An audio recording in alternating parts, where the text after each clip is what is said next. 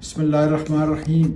मेरे जलते हुए मुल्क के शेरियों, मैंने हमेशा ये कोशिश की है कि हक और सच की बात कहूँ। ये एक मुसलमा हकीकत है कि पिछले 30-40 साल से ताकत का सरचश्मा अवाम नहीं बल्कि इस मुल्क का आर्मी चीफ रहा है। वो हर कानून और आइन से बालातर है, इसलिए हमारा मुल्क मलेशिया, सिंगापुर और तुर्की नहीं बन सका। इसी गैर कानूनी, गैर आईनी ताकत के पस मंजर में 10 मार्च को जनरल बाजवा ने अपनी ताकत का मुजाहरा किया और मुल्क के सरकर्दा जराइम पेशे अफराद को इस मुल्क की भागदौड़ दी। मगर बदकिस्मती ये कि आज भी वो जुल्म और तबाही का सिलसिला शिद्दत से जारी है। अब इस मुल्क के मुस्तकबिल का फैसला करना सिर्फ आर्मी चीफ के हाथ में है कि इस मुल्क को तबाही से बचाने के लिए पाकिस्तान को वो कहां